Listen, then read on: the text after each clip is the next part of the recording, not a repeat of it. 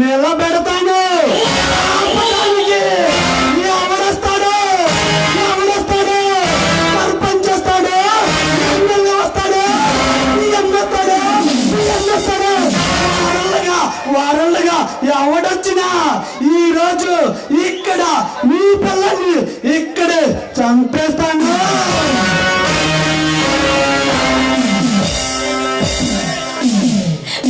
మీకు దండం పెడతాను, నా భర్తను ఏం చేయొద్దు.